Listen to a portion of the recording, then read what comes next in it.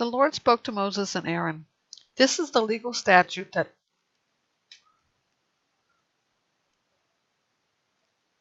the Lord has commanded.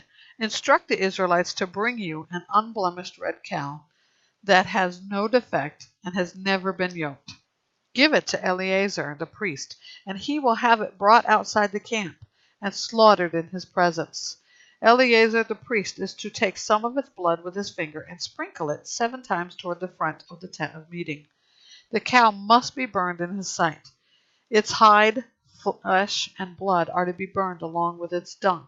The priest is to make cedar wood, hyssop, and crimson yarn and throw them onto the fire where the cow is burning.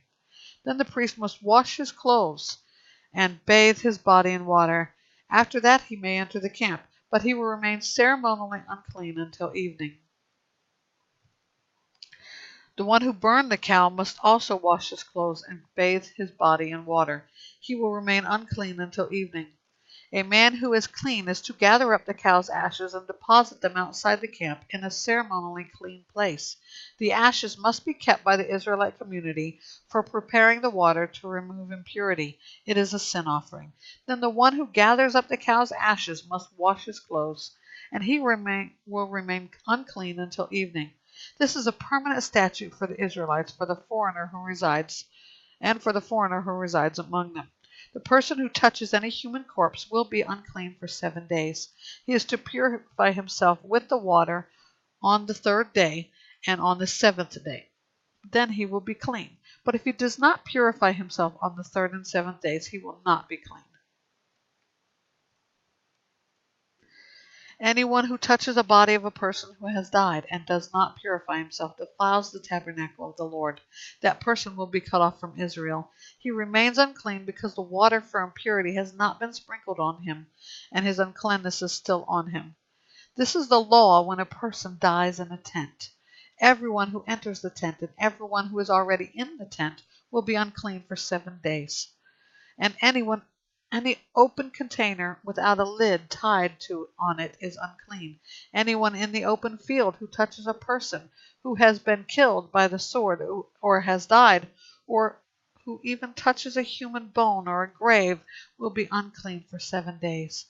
For the purification of the unclean person, they are to take some of the ashes of the burnt sin offering, put them in a jar, and add fresh water to them. A person who is clean is to take hyssop, dip it in the water, and sprinkle the tent, all the furnishings, and the people who were there. He is also to sprinkle the one who touched a bone, a grave, a corpse, or a person who had been killed. The one who is clean is to sprinkle the unclean person on the 3rd day and the 7th day. After he purifies the unclean person on the 7th day, the one being purified must wash his clothes and bathe in water, and he will be clean by evening. But a person who is unclean and does not purify himself, that person will be cut off from the assembly, because he has defiled the sanctuary of the Lord.